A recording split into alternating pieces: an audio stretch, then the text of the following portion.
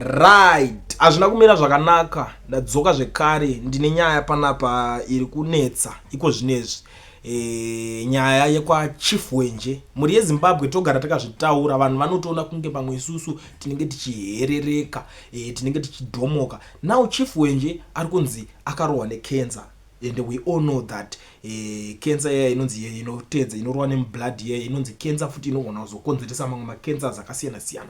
Now pane nyaya hombe yanetsa panapa iri kuda kuonesanwa nevanhu, iri kutotaurwa, iri kutopisa iko zvinezvi, ende yakonfirmwa na spokesperson waPresident Emmerson Mnangagwa. Muri yeZimbabwe kana uchiziva kuti iwewe auchade ZANU-PF, waneta nayo, wakakura nayo, yachembera, yaita se, yatindivara, tanga nekulike this video right now kuitira kuti ZANU-PF iboikane, because zvinhu zviri panapa kana wega une dzinokwadzi dzinokakata dzinodhonza unoona kutoona kuti izvi zvisiku enough is enough man. Unotoona zvakawanda zvekutaura. Nyaya iri panapa yakamira kadai so George Charamba ari kubuda achikonfirma kuti Chief Hwenje he will be fine, he is leaving for SA for attention.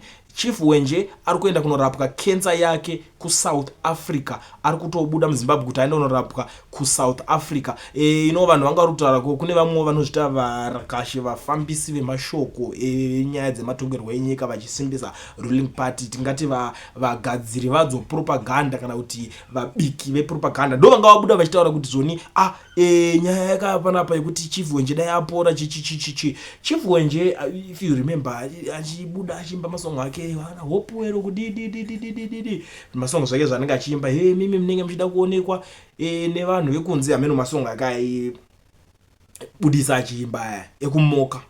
Those guys, people like Hopuwero, chimwe chinhu chavanonyanyisa kurwira, even kana nyika yese tinoona kutadza kuwirira naye pane zvimwe zvakawanda, but when it comes to nyaya health system, when it comes to nyaya yekuti muzvipatara muite mushonga, when it comes to nyaya yekuti muzvipatara muite cancer machine iwaya, radiotherapy machine aya, ndiye munhu angagara akanyanyisa kuzvitaura zvakanyanyisa, ndiye munhu aibuda pa number 1 achitaura kuti atina zvinhu zvinorapa cancer muZimbabwe muno, tiri kuzvida kuti zvinge zviripo, ana parenyato ngazviiswe, kuna na Harare hospital ngazviiswe, because zvakapedzera kuiswa zvakaiswa madays GNU paitongana tsvangira manje inoita se ikafamba makore akadai so inobva yafa, saka inenge yakuda kuti izoiswa mwe kana kuti igadzirwe. Mashoko aigara achitaurwa nana Hopuwero ching'ono, and those guys vanhu ndo vaibuda ichita Hopuwero anopenga anotaura zvaanoda because they are loyal to the ZANU-PF, the ruling party, and that is their reason kuti ivo vari loyal. Saka anything chinouya kumberi kwavo vanotomeka shoti vadefender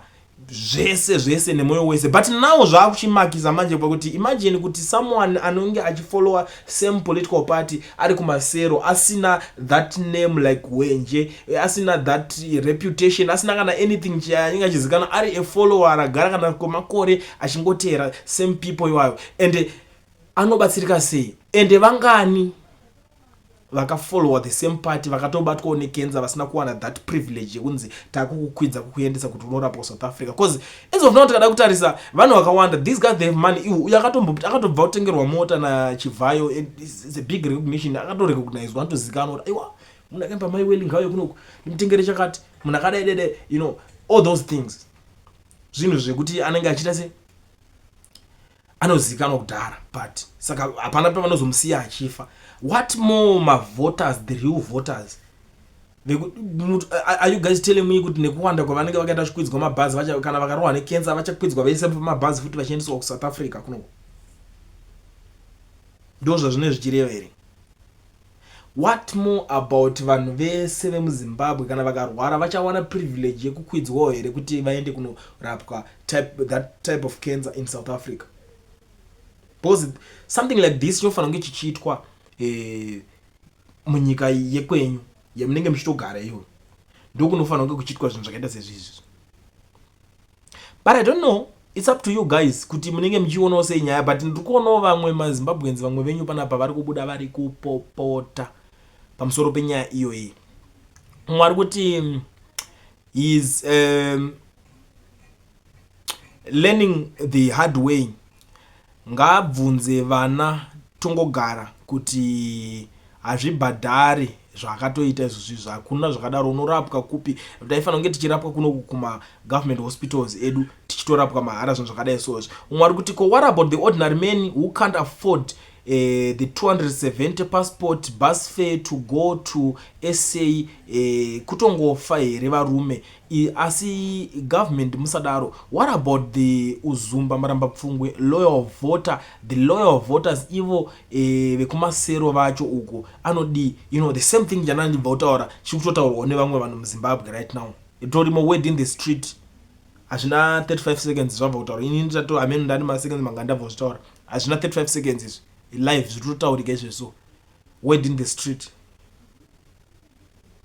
Paronzi ko vanoita sei vamwe vanhu vari out because we have to think about munhu zvake munhu wonje kuti inini zvangu ndiitira guys pakaipa ko imo mpurwa isina praise song yana yezanu yacho munorapwa kupi cancer kungobvunzawo zvangu imimi musina ma praise songs musina ma hit songs ana idipfe ana maiweli munoiwana kupi mari yekuzonge muchinzi muri kurapwa munonorapwa kupi nani passport dzacho munenge musina dzisi kutoreka.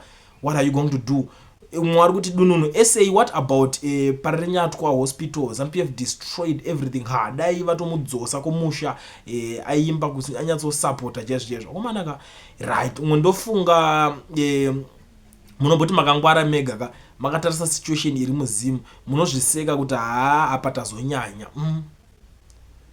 komanaka it's all about vamwe vanhu vese because unozati most of the times even patinotaura nyaya dzakaita sedzidzi isusu tinodzoka totoblame onza mimi nenge muri kuvenga nyika yenyu muri kuvenga vanhu venyu but hatina zvinhu zvacho kana yako mani iwo uri kuti ona uzonzi uyu arwara uyobvanzi tako nokurapisa kunze kwewo ukarwara unorapiswa nani unorapiswa kupi because iwo unofanira ukarwara onda unozvirapisa wega kuchipatara ndozvofanira kunge zvichiitika kama. Ndikuona mumwe ari kuti why SA is this admission by government that our health care system is in comatose. First it was Madunu congratulating D Chapo before declared the winner. Now it's unpatriotic admission of disparable health care. Who knows what the next may be, admitting that it lost election. Zvakaoma zvakatooma izvi ndozvinhu zvakatooma hazvizvo kumanaka mana zvimwe zvacho zviri kutaurwa pana pama1 right. Mumwe pana pari kubuda pana pari kuti but you are building brick by brick the country zvese itsepete. Why SA? What about those who can't be sponsored to SA? Munenge muri pa telling us rubbish. Second Republic which is a bunch of nonsense. You must go to system you worship. SA they are working to fix their system 100%. Pakaipa why can't be treated in Zimbabwe? The hospitals governed by ZANU-PF atina here ma hospitals mu Zimbabwe. You continue embarrassing Zimbabwean stadium hospitals, electricity etc. kungopiwa zvese ne South Africa nonsense.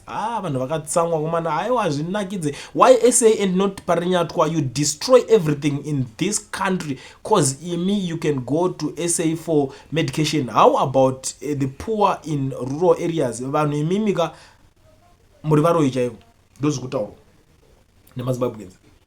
Ende zvinhu zvese amusafungoti zvine kumwe zviri kupindurwa. Endai on X kuna vanhu vakawana vanenge kuti zvatoda kuona pari kupopota vanhu. There's a lot of people vanozouya vachibvunza saka vanhu vari kupopotera kupa. If you go on X there is a X account inonzi Jamwanda ndeya George Charamba. George Charamba ndiye spokesperson we-president's office in Zimbabwe. Saka tinongoti ndiye spokesperson wa president Mnangagwa ndo George Charamba iye.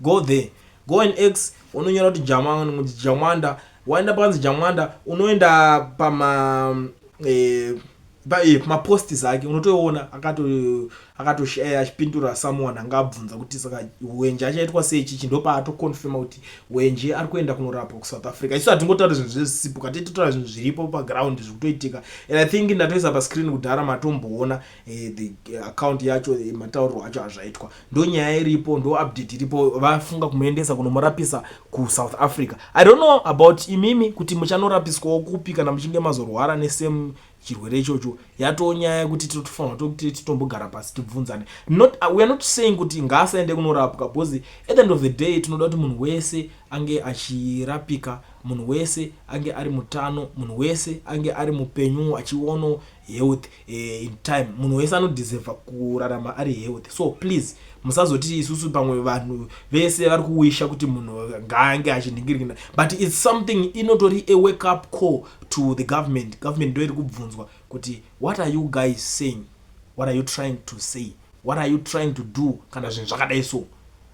Munotiwo kudine nyaya dzacho, ndo nyaya iripo hombe. Anyway, inini ndatosakura ndazunza rangu basa, ndatorova ndapedza izvo. So zvasarira kwamuri kuti munhu zvamunenge mazofungawo zvinenge zvava zvemusoro wenyu, information iripo ndakuudzai, zvamune chazoitawo nayo zvava zvemusoro wenyu. Inini pangu ndasakura ndaita sei, ndazunza. Bye bye.